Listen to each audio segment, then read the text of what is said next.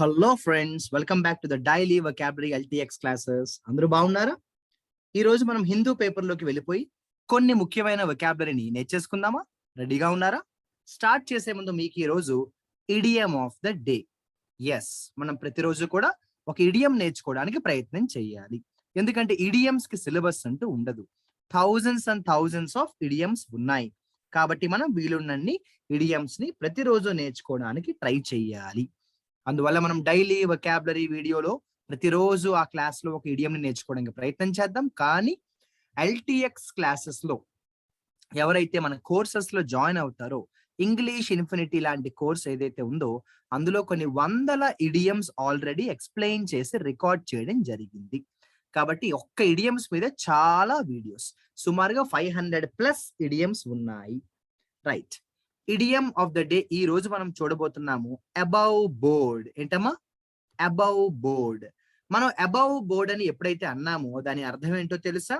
అంతా లీగల్ గా ఉంది, అంతా కరెక్ట్ గా ఉంది, అంతా ఆనెస్ట్ గా ఉంది అని అర్థం అన్నమాట. అదే అన్నారు చూడండి.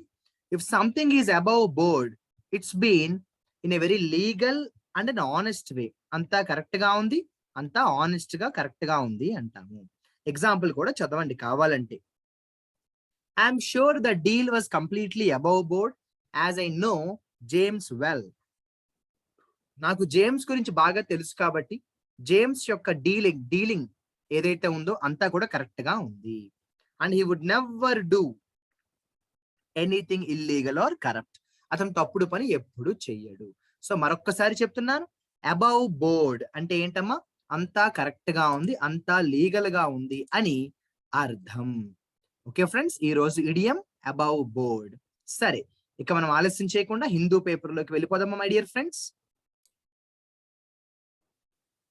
మై డియర్ ఫ్రెండ్స్, మనం ఆల్రెడీ గతంలో మాట్లాడుకున్నట్టు అతి ముఖ్యమైన అనౌన్స్మెంట్, ఎల్టీఎక్స్ క్లాసెస్ లో లైఫ్ టైం వ్యాలిడిటీతో ఉన్న మన అద్భుతమైన ఇంగ్లీష్ ఇన్ఫినిటీ కోర్స్ జస్ట్ 2000 కి ఆఫర్ చేస్తున్నారన్న విషయం మీ అందరికీ తెలుసు. అది కూడా లైఫ్ టైం అంటే కేవలం రికార్డెడ్ వీడియోస్ ఇవ్వడమే కాకుండా ప్రతిరోజు లైవ్ క్లాసెస్ ని కూడా కండక్ట్ చేస్తున్నారన్న విషయాన్ని కూడా నేను మీకు గతంలోనే చెప్పాను. ఈ ఫీజు 2000 మాత్రమే. అయితే ఆల్రెడీ ఫీజు నేను గతంలో ఇంక్రీజ్ అయిన విషయాన్ని చెప్పాను. అట్ ద సేమ్ టైం కొంతమంది స్టూడెంట్స్ రిక్వెస్ట్ చేయడం వల్ల మళ్ళీ డేట్ ని ఎక్స్టెండ్ చేశాము. అంటే మీరు మే 21 లోపల జాయిన్ అయితేనే ఫీజు అనేది 2000 రూపీస్ ఉంటుంది. మళ్ళీ మే 22 తర్వాత fees is going to be increased 1000 rupees. కాబట్టి జాయిన్ అవ్వాలి అనుకున్న వారు జస్ట్ ఇంకొక 2 days మాత్రమే టైం ఉంది. అంటే ఈవేళ 19th 2021 ఈ 3 days లోనే జాయిన్ అవ్వడానికి ప్రయత్నం చేయండి. జస్ట్ 2000 రూపీస్ కి మే 22 నుంచి fees is going to be increased. మీకు ఇంగ్లీష్ ఇన్ఫినిటీ కోర్స్ ఎలా ఉపయోగపడుతుంది? ఇండియాలో ఉన్న అన్ని కాంపిటేటివ్ ఎగ్జామ్స్ కి కూడా ఇంగ్లీష్ ఉంటుందన్న విషయం మనందరికీ తెలుసు. ఈ మధ్య కాలంలో ఇంగ్లీష్ క్వశ్చన్ పేపర్ కొంచెం హై స్టాండర్డ్ ఉంటుంది, ముఖ్యంగా మెయిన్స్ లెవెల్లో. కాబట్టి మనం ముందు నుంచే మంచి ప్రణాళికబద్ధంగా ప్లానింగ్ తో ఇంగ్లీష్ మీద ఎక్స్ట్రా ఫోకస్ పెట్టుకోవాల్సిన అవసరం ఎంతైనా ఉంది.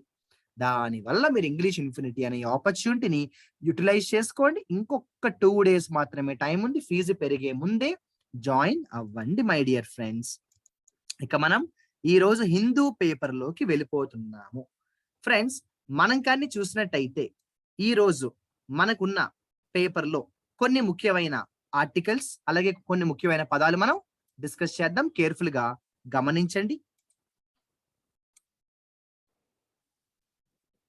మై డియర్ ఫ్రెండ్స్, మనం ఈ రోజు హిందూ పేపర్ లో ఉన్నాము. ఇందులో పేజ్ నెంబర్ 5 లో ఒక ముఖ్యమైన ఆర్టికల్ వచ్చింది. కర్ణాటకలో భారీ వర్షాలు పడ్డాయంట. దానికి సంబంధించిన ఆర్టికల్లో మనం కొన్ని ముఖ్యమైన వొకాబులరీని చూద్దాము. వొకాబులరీ నెంబర్ 1 రాసుకోండి, క్లెయిమ్స్. మామూలుగా క్లెయిమ్స్ అనే వర్డ్కి 2 రకాల అర్థాలు వస్తాయి. ఇది నాది అని చెప్పడానికి కూడా క్లెయిమ్ అంటాము, డిమాండ్ అంటాము.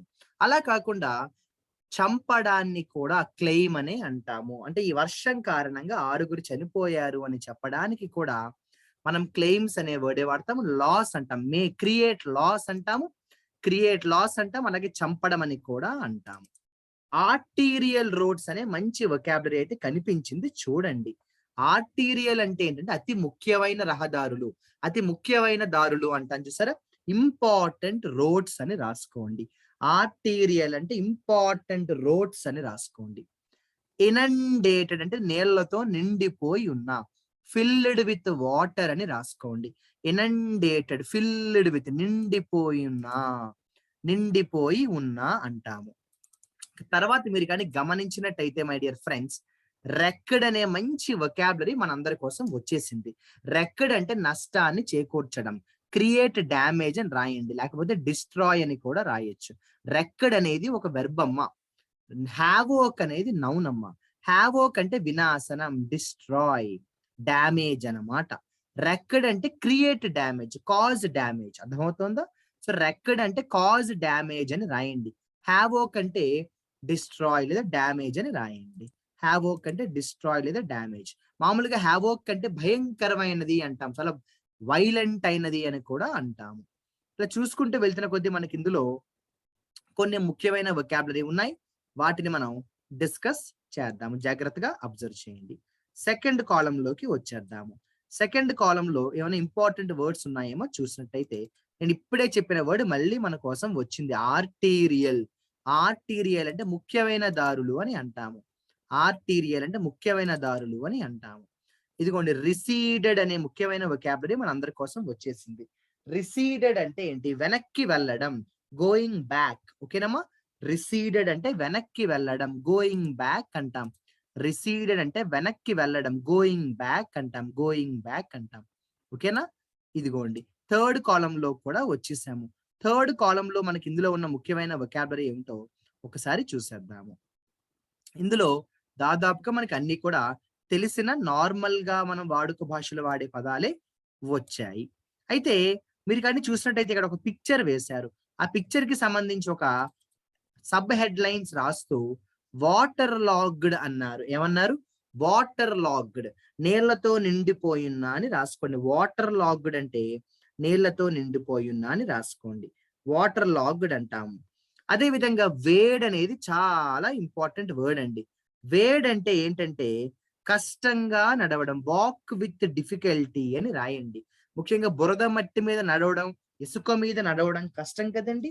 అక్కడే మనం వేడ్ అంటాము. వేడ్ అంటే ఏంటంటే వాక్ విత్ డిఫికల్టీ అని రాయండి.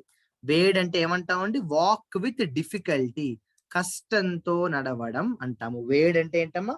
వాక్ విత్ డిఫికల్టీ, కష్టంతో నడవడం అంటాం మనం కదండి. అది అలా చూసుకుంటూ వెళ్తున్న కొద్దీ మనకి ఇందులో కొన్ని మంచి పదాలే ఉన్నాయి. ఇక కేరళకి సంబంధించి కూడా మనకి ఒక హెడ్ లైన్స్ వచ్చిందండి. కేరళ గేర్స్ అప్ అన్నారు. గేర్ అప్ అంటే ఒక్కసారి ముందడుగులు వేయడం, వేగంగా ముందడుగులు వేయడం అనమాట. సో ఇంక్రీజ్ ద స్పీడ్ అని కూడా రాసుకోవచ్చు. గేర్ అప్ అంటే ముందడుగు వేయడం, ముందుకి దూకడం, ఒక డెసిషన్ తీసుకుని ముందుకి దూకడం. ఫ్యూరీ అంటే నేను చెప్పచ్చు, మీ అందరికీ తెలుసు, నేను చెప్పాలా చెప్పండి? ఫ్యూరీ అంటే కోపం అండి, ఫ్యూరియస్ అంటాం. అయితే రెయిన్ ఫ్యూరీ అంటే ఈ కోపంగా ఉన్న వర్షం అంటాం. ఫ్యూరీ అంటే కోపం అని రాయండి, యాంగర్ అన్నమాట. ఫ్యూరీ అంటే కోపం అండి, యాంగర్ అండి. సో కర్ణాటకలో ఎలా అయితే మనకి భారీ వర్షాలు పడ్డాయో కేరళలో కూడా పడ్డాయట. ఇక్కడ చూడండి, సర్జ్ అనే వర్డ్ వాడారు. సర్జ్ అంటే పైకి రావడం, ఇంక్రీజ్ అండి. సర్జ్ అంటే పైకి రావడం, టైడల్ సర్జెస్. టైడ్ అంటే సముద్రపు కెరటాలు, సర్జ్ అంటే పైకి ఎగిసి పడడం అని కూడా అంటాము. వాటర్ లాగింగ్ అంటే చెప్పాను, నీళ్లతో నిండిపోయి ఉన్న. వాటర్ లాగింగ్ అంటే చెప్పాను, నీళ్లతో నిండిపోయి ఉన్న. చాలానే మంచి వొకాబులరీ ఒకటి కనిపించింది చూడండి. ఇన్ టాండమ్ అన్నారు, అంటే ఒకేసారి, parallelly, at the same time అని రాయండి. ఇన్ టాండమ్ అంటే at the same time. In tandem అంటే at the same time. Evacuate అంటే ఏంటండి? The meaning of the word evacuate. Evacuate అంటే ఒక ప్లేస్ ని ఖాళీ చేసి వెళ్ళిపోవడం. లీవ్ ఏ ప్లేస్ అంటాము. ఒక ప్లేస్ ని ఖాళీ చేసి వెళ్ళిపోవడాన్ని ఇవాక్యువేట్ అంటాం. ఇవాక్యువేట్ అంటే ఒక ప్రదేశాన్ని మనం ఖాళీ చేసి వెళ్ళిపోవడాన్ని ఇవాక్యువేట్ అంటాం మై డియర్ ఫ్రెండ్స్. ఇక తర్వాత చూడండి, ఒక మంచి వొకాబులరీ వచ్చింది. ఇంటర్ల్యూడ్ అనే ఒక వొకాబులరీ వచ్చింది. ఇంటర్ల్యూడ్ అంటే బ్రేక్ అండి, ఇంటర్వెల్. విరామం అంటాం కదా, అలా అన్నమాట. సో ఇక నుంచి మీరు ఎప్పుడైనా సినిమా థియేటర్‌లో సినిమా చూడడానికి వెళ్ళినప్పుడు ఇంటర్వెల్ అని వచ్చిందనుకోండి, వెంటనే ఇంటర్లూడ్ అని గుర్తుపెట్టుకోవడానికి ప్రయత్నం చేయండి. ఇలా మనం చూసుకుంటూ వెళ్తే లాస్ట్ పారాగ్రాఫ్‌లో కూడా వచ్చేసాం. ఇక్కడ ఒక కొత్త పదం కనిపించింది. అంటే ఈ మధ్య కాలంలో మనం ఈ పదం గురించి ఎక్కడా కూడా పెద్దగా డిస్కస్ చేసుకునే అవసరం రాలేదు. సో ఈ పదం పేరు డింగీస్ అన్నారు. డింగీస్. డింగీస్ అంటే నాకు కూడా ఆసక్తి కలిగింది. ఏంటి డింగీస్ అంటే ఏంటో చూద్దామని నేను కూడా చూస్తే, డింగీస్ అంటే చిన్న చిన్న బోట్స్ అండి. మీకు పిక్నిక్ స్పాట్స్ ఉంటాయి కదండీ! గోవా లాంటి ప్లేసెస్‌కి మనం సరదాగా టూర్‌కి వెళ్ళినప్పుడు బీచ్‌లో చిన్న బోట్‌లో మన పంపిస్తారు. మనమే డ్రైవ్ చేసుకుంటూ వెళ్ళిపోవచ్చనమాట. రిక్రియేషన్‌లో భాగంగా. సో డింగీ అంటే చిన్న బోట్, స్మాల్ బోట్. మీరు కూడా ఈ వీడియో చూడడం పూర్తయిన తర్వాత ఇంటర్నెట్‌లో, గూగుల్‌లో డింగీస్ ఇమేజెస్ చూడండి. మీకు ఒక ఐడియా వచ్చేస్తుంది. ఇమేజెస్ చూడడం వల్ల మనకి ఏమవుతుందంటే వొకాబులరీ బాగా గుర్తుపెట్టుకునే అవకాశం ఉంటుందన్నమాట. ఇలా మనం దాదాపుగా ఉన్న ముఖ్యమైన పదాలన్నీ కూడా చెప్పుకోవడం జరిగింది. ఇలా కేరళ అలాగే కర్ణాటకకు సంబంధించిన ఏదైతే హెడ్‌లైన్స్ అలాగే ఆర్టికల్‌లో ఉన్నాయో, ఇక్కడ కింద కేటీ రామారావు, మన తెలంగాణకి సంబంధించిన కేటీ రామారావు గారికి సంబంధించి ఒక పదాన్ని వాళ్ళు ఇచ్చారు. చూడండి, వూస్ అన్నారు. కేటీ రామారావు వూస్. వూస్ అంటే ఓ రకంగా చెప్పాలంటే ప్లీజెస్ అనమాట అండి. అట్రాక్ట్ చేసుకోవడం అంటాము. ప్లీజెస్ లేకపోతే అట్రాక్ట్ చేసుకోవడం అంటాం. వూస్ ప్లీజెస్ లేకపోతే అట్రాక్ట్ చేసుకోవడం అని కూడా అంటాం. అట్రాక్ట్ చేసుకోవడం అని కూడా అంటాము. ఇలా దాదాపు ఈ ఆర్టికల్‌లో మనకి అన్నీ కూడా తెలిసిన పదాలే వచ్చేయండి. అందువల్ల మనం దీని గురించి ఎక్కువ వర్రీ అవ్వాల్సిన అవసరం లేదు. మనకి ఒకటో, రెండో ఈ ఆర్టికల్‌లో కొన్ని పదాలు మాత్రం ఉన్నాయి. వాటిని నేను మీకు పరిచయం చేస్తాను. ఒక్కసారి జాగ్రత్తగా చూస్తే, చూసారా లాస్ట్ కాలమ్‌లో కూడా వచ్చేసాను. ఇందులో కూడా అన్నీ మనకి తెలిసిన పదాలే ఉన్నాయి. రైట్. ఇక్కడ చూడండి, ఒక మంచి పదం నాకు కనిపించింది. మీలాగే నాకు కూడా ఆసక్తి కలిగింది. ఏంటిది అని చూస్తే సెవరల్ మార్క్ కంపెనీస్ అన్నారు. మార్క్ కంపెనీస్ అన్నారు. దీని ప్రొనౌన్సియేషన్ ఎలా ఉన్నప్పటికీ కూడా MARQUEE మార్కీ అందామా, మార్క్ అందామా, ఏదో ఒకటి ప్రొనౌన్సియేషన్‌తో ఇబ్బంది కాదు మన కాంపిటీటివ్ ఎగ్జామ్స్‌కి. దాని మీనింగ్ కావాలి. మార్కీ అంటే చాలా పెద్ద పేరు ప్రఖ్యాతలు గాంచిన బ్రాండెడ్ కంపెనీస్ అంటాం కదమ్మా, అలా అన్నమాట. సో మార్క్ అంటే బ్రాండెడ్ కంపెనీస్ అని అనుకోవచ్చు. మార్క్ అంటే బ్రాండెడ్ కంపెనీస్ అని అనుకోవచ్చు. అలా ఇందులో కూడా మనకి కొన్ని ముఖ్యమైన పదాలు కనిపించాయి. సరే, ఈ రోజుకి ఈ వర్డ్స్ చాలు. మరొక్కసారి ఇప్పటిదాకా నేను చెప్పిన పదాలు ఏవైతే ఉన్నాయో వాటిని మీకోసం నేను ఒక్కసారి రివైజ్ చేస్తాను. మనకి ఈ ఆర్టికల్‌లో ఒక చోట మిటిగేట్ అనే వర్డ్ వచ్చింది. మిటిగేట్ అంటే రెడ్యూస్ అన్న విషయాన్ని నేను మీకు గతంలో అనేక సార్లు చెప్పకనే చెప్పాను. సర్జ్ అంటే పెరగడం, ఇంక్రీజ్ అంటాము. సర్జ్ అంటే పెరగడం, ఇంక్రీజ్ అంటాము. రెక్ అంటే నాశనం చేయడం, క్రియేట్ డ్యామేజ్ అంటాము. క్రియేట్ డ్యామేజ్ అంటాము. క్లెయిమ్ అంటే ప్రాణాలు బలి కొన్నది అంటాను, చూసారా, అలా అన్నమాట. రిసీడ్ అనే మంచి వర్డ్ అయితే వచ్చిందండి. రిసీడెడ్, వెనక్కి తగ్గడం, వెనక్కి వెళ్ళడం అంటాము. ఒక చోట మనకి లల్ అనే పదం వచ్చిందండి. లల్ అంటే ఓ రకంగా చెప్పాలంటే ఆగడం అండి, పాజ్. అలాగే మనం కానీ చూస్తే ఒక చోట మనకి ఇంటర్లూడ్ అనే పదం కూడా వచ్చింది. ఇంటర్లూడ్ అంటే చెప్పాను గుర్తుందా, ఇంటర్వెల్, అంతకంట ఏమీ లేదు. నాశనాన్ని మనం హ్యావోక్ అంటాం. భయంకరమైన విపత్తుని, భయంకరమైన నాశనాన్ని హ్యావోక్ అంటాము. ఒక చోట మనకి ఆర్టీరియల్ అనే పదం కూడా వచ్చింది. ఆర్టీరియల్ అంటే అతి ముఖ్యమైన, వెరీ ఇంపార్టెంట్ అంటాము. ఒక చోట మనకి వాటర్ లాగ్డ్ అనే పదం కూడా వచ్చింది. వాటర్ లాగ్డ్ అంటే నీళ్లతో నిండిపోయున్న, నీళ్లతో నిండిపోయున్న అంటాం. కోపాన్ని మనం ఫ్యూరీ అంటాం అన్న విషయం ఇందాకే డిస్కస్ చేసుకోవడం జరిగింది. అలాగే ఒక చోట ఇన్ టాండమ్ అనే ఒక ఎక్స్ప్రెషన్ వచ్చింది. ఇన్ టాండమ్ అంటే అర్థం ఏంటంటే ఒకేసారి అంటాము.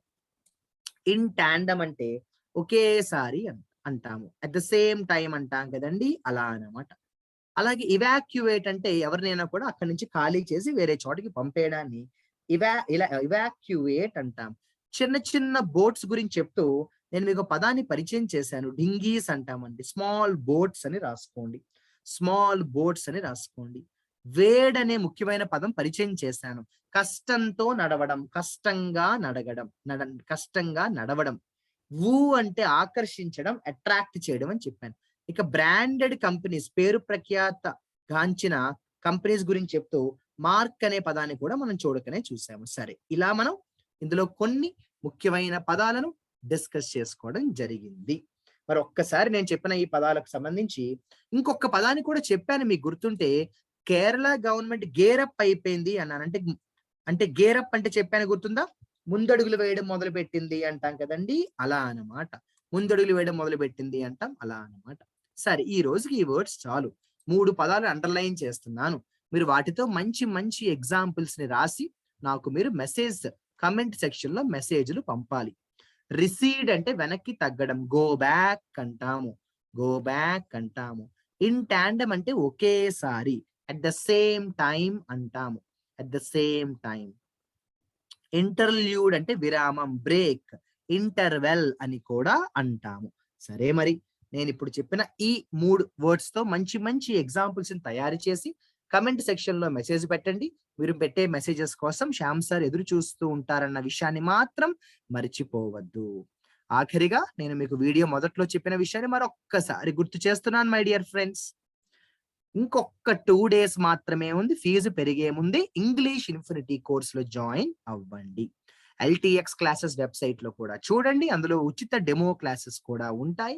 ఫ్రీ డెమో క్లాసెస్ వినండి, నచ్చితేనే జాయిన్ అవ్వండి. జాయిన్ అవ్వాలనుకున్న వారు మాత్రం ఎల్లుండి లోపల జాయిన్ అవ్వండి. అనవసరంగా 1000 రూపీస్ ని వేస్ట్ చేసుకోవడం ముందుకు. ఎల్లుండి నుంచి మనకి ఫీజు అనేది పెరుగుతోంది కాబట్టి ఈ 2 రోజుల లోపల ఇంగ్లీష్ ఇన్ఫినిటీలో జాయిన్ అవ్వండి. ఈ రోజు చెప్పిన 3 పదాలని కూడా, అండర్లైన్ చేసిన 3 పదాలని కూడా స్టడీ చేయండి. కమెంట్ సెక్షన్ లో సొంతంగా ఎగ్జాంపుల్స్ రాసి పంపండి. నెక్స్ట్ సెషన్ లో మిమ్మల్ని కలుస్తాను. All the best my dear friends.